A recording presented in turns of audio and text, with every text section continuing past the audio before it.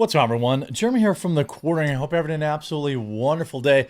I know who's having a wonderful day. That's going to be Donald J. Trump.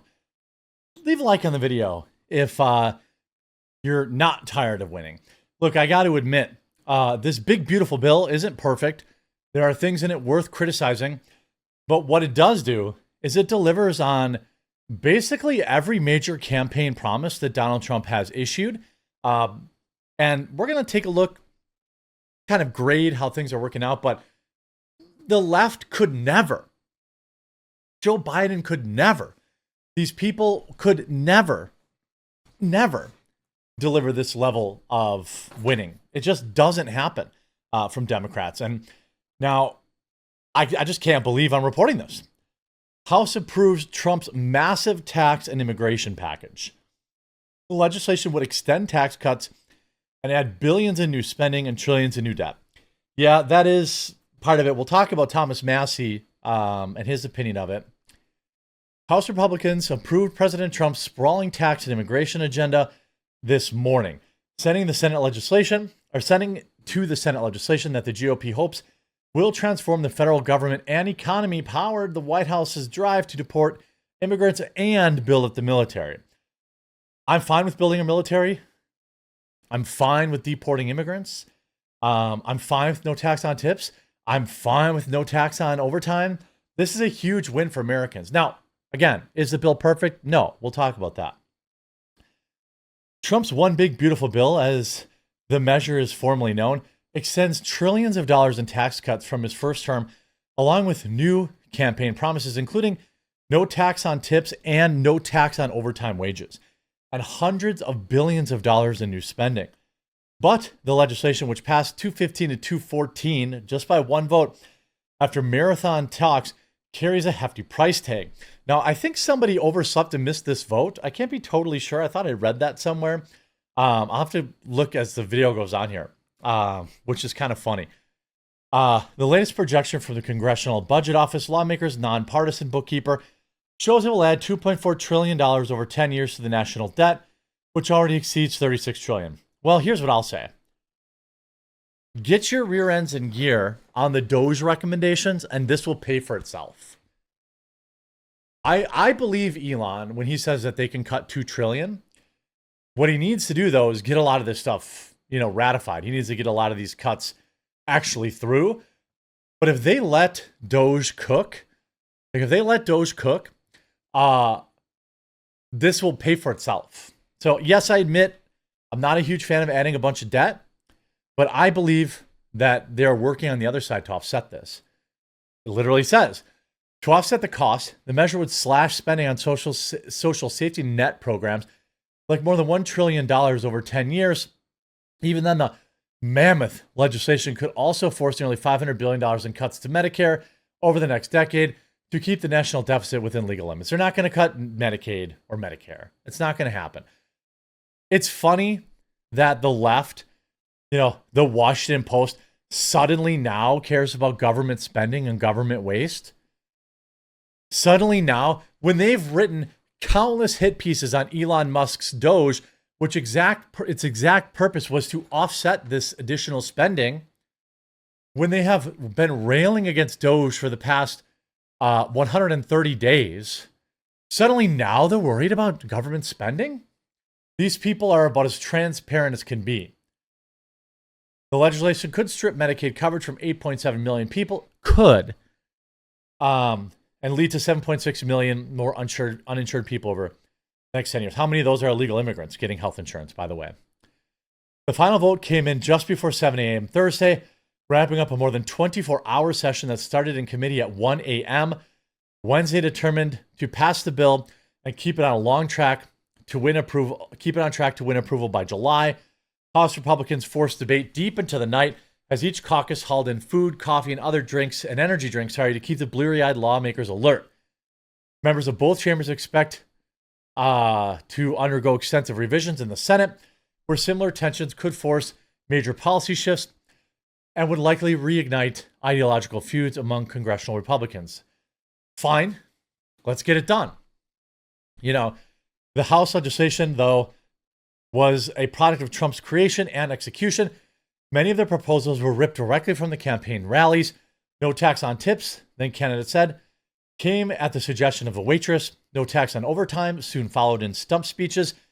And another campaign pledge, ending taxes on Social Security benefits, did not make the legislation. Republican lawmakers swapped it out for a $4,000 bonus to the standard deduction for seniors. So is it as good? No, but it's still better than what it was. As when the legislation in numerous occasions appeared doomed because of Republican divisions, Trump himself stepped in as a closer, which is what leaders do. Twice Trump intervened with holdouts as the House debated budgetary framework for the measure. Each time Speaker Mike Johnson convened naysayers in a private room off the House floor to broadcast the president on speakerphone. As recently as Wednesday, the White House warned that a GOP rejection of the bill would amount to the ultimate betrayal. Disagreements among the Republicans in the lower chamber led to a marathon committee hearings in the House that lasted nearly 24 hours. That afternoon, Trump summoned hardline budget hawks and just basically got it done. Also, I want to say, big, beautiful bill overslept. I wonder if that is a thing. I saw people saying it and they wanted, okay, I don't see it. It might have just been a meme on X because it seems like everyone was there all night long. Let's see. These are people paid to sleep. Oh yeah, the big beautiful bill passed by one vote. Shortly after, a Democrat representative, Jerry Connolly, passed away. If not, that vote may have failed. No thanks to apparently 2 GOP reps who fell asleep and missed it. There were people that fell asleep and missed the vote. I mean, this is what Fox had to say. We're very pleased that this one big, beautiful bill was finally passed. Really the speaker shows how heroic and incredible he is to keep continuing to pull rabbits out of a hat. He worked hand in glove with President Trump and our leadership team and so many from the White House to get everyone to yes, just about. I mean, it was a very close vote, but obviously we have a very narrow majority. This is a once-in-a-lifetime opportunity, and I think that was the pitch of the speaker. We have to do what the American people asked us to do in electing President Trump and keeping our majority and creating a majority in the Senate. It goes to the Senate now, as you know, Jackie, and we'll see what happens up there. You know, there's a lot in this bill. I mean, we are going to have the biggest tax cuts. That's the renewal of the Trump tax cuts plus more, border security, common sense, unleashing American energy. We're going to have so many things in this bill that are going to be. I think one of the nays from Republicans was probably Thomas Massey. Here they are erupting in cheers as they get the final vote. On this vote, the yeas are 215, the nays are 214, with one answering present. The bill is passed. Yeah, he's happy. Yeah, I love it. USA. Yeah, USA. Yeah, he's trying to get a check on. You got to go a little bit. Good job, Speaker. People are saying, but they're still taxing Social Security. Yeah, but you also got a deduction. This says suppressors no longer banned too. That's pretty crazy. There's so much crazy good stuff in this bill. How much of it will survive the Senate? It's difficult to know. Thomas Massey, of course, stuck to his principles here out of Kentucky. Gentleman from Kentucky is recognized for 90 seconds. Well, I'd love to stand here and tell the American people, we can cut your taxes and we can increase spending and everything's going to be just fine. But I can't do that because I'm here to deliver a dose of reality. This bill dramatically increases deficits in the near term, but promises our government will be fiscally responsible 5 years from now. Where have we heard that before? I think that's a fair criticism. I remain skeptical. However, I'm hopeful that some of these DOGE cuts will actually happen. Outside of USAID, we haven't seen a lot of the DOGE stuff come to fruition, which I think why Elon bailed out when he did. They got to do that. And Massey's right about that. How do you bind a future Congress to these promises? This bill is a debt bomb ticking.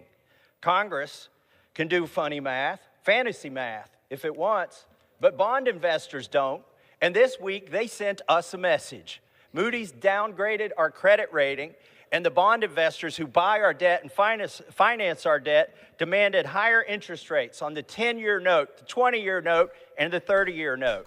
What does this mean? Very soon, the government will be paying $16,000 of interest alone per U.S. family. And what are we telling them? Instead of taking care of that problem, we're going to give you a $1,600 tax break.